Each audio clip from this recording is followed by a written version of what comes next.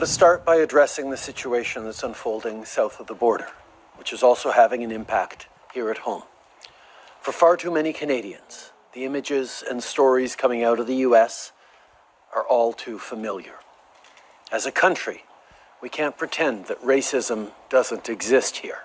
Anti-Black racism is real. Unconscious bias is real. And systemic discrimination is real, and they happen here in Canada. Over the weekend, we saw thousands of people gather across the country to join peaceful protests against anti-Black racism. By standing together and denouncing the few who would try to derail these demonstrations, Canadians are sending the message that they will never tolerate injustice.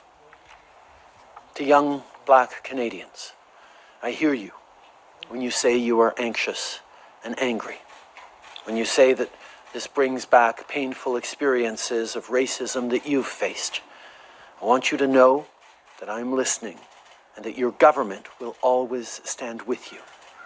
Together, we will keep taking meaningful action to fight racism and discrimination in every form. The status quo, where people face violence because of the color of their skin, is unacceptable. No parent should have to once again explain to their kids that they or their friends might face racism. It is time, it is past time for this to change. As leaders and allies, we must do the hard work needed to listen and learn. We must ensure that everyone is safe and respected.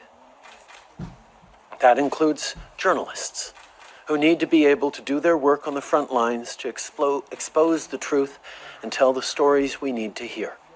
And we must, as Canadians, always keep working together to build a fairer, better, more equitable country for all.